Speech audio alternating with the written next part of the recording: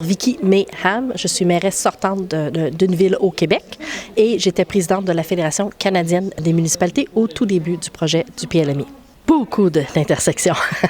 D'abord, la place des femmes en politique au Canada, au Québec particulièrement, il n'y a que 18 % de mairesses et 35 % de conseillères. Donc, il y a encore beaucoup de travail à faire pour que les femmes occupent leur pleine place dans la sphère publique. Beaucoup de similitudes aussi au niveau des outils qu'on a développés.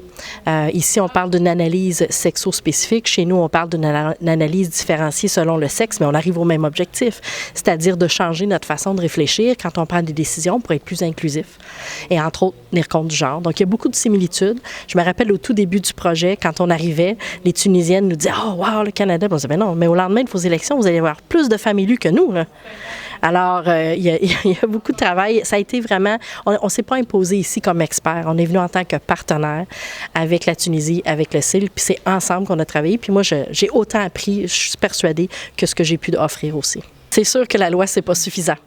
La loi a eu pour effet qu'au lendemain des élections, il y a eu 47 % de femmes élues, ce qui est extraordinaire. Donc, on se retrouve dans une zone paritaire entre 40 et 60 %.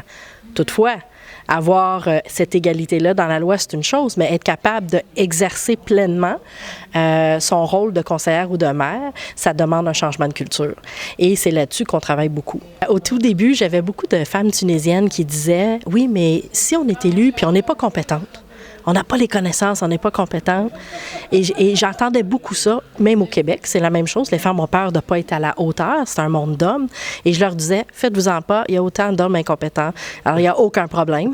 Et tout s'apprend.